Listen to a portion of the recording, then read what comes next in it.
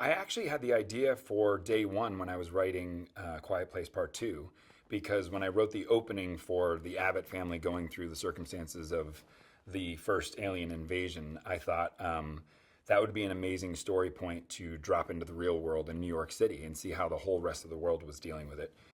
The idea of New York was always really, really enticing.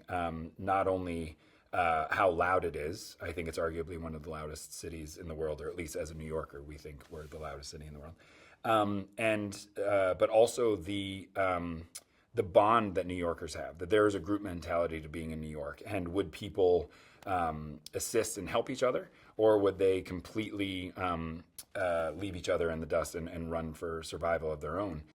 Jaimin was actually the key that I knew would connect the two worlds. I knew that his story at the fire is where I came up with the idea for the prequel. That story that he told was so incredibly intense and so dark, and you found yourself just wanting to know what was that experience like, and it all happened behind his eyes. He was just telling a story to Killian, and I just thought, what if we actually experienced his story firsthand?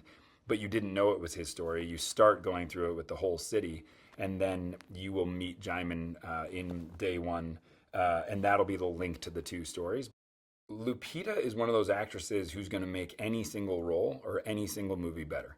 Period. The end. And I think that it's because of her specificity. I think she's a very, very powerful actress, a very powerful presence. She's able to communicate such deep emotion in such a unique way, and it's just such a joy to watch. And what she did with this was not only incredibly difficult physically, but it was also incredibly difficult mentally. You know, to put yourself in that position, to be terrorized for what we did in Quiet Place 2 for about 12 minutes, she had to do for the entire movie. And she did it so brilliantly and so elegantly.